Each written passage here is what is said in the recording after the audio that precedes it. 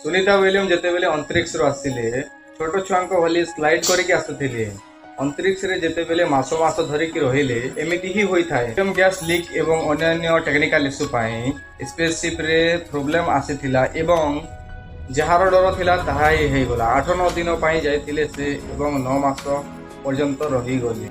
5 जून 2024 रे जाइथिले तांको 18 दिन रही तांको आसीबा थिला किंतु 9 मास परे 18 मार्च 2025 रे से आसी से भी एलन मस्क ड्रैगन स्पेस रे आसिले। एठारे बहुत लोकंको प्रश्न रही थाए जे नासा सेमानंको पठाइथिला किंतु नासा स्पेस रे काहेकि सेमान आसिले नाही।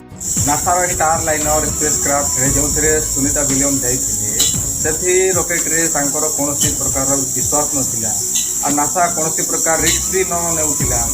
नासा सरकारी एजेंट मध्य नवा स्पेस क्राफ्ट बनाइबा पाई तांको सरकारंको परमिशन नेबाको पड़िथा एवं फंडिंग मध्य लागि थाए जहाँ सेमानंको सेया करिबाको ही नथिला। सही स्थान रे सेमानंको प्राइवेट कंपनी रो सहायता नेबाको ही पड़िला। सेहा होछि एलन मस्क रो सहायता।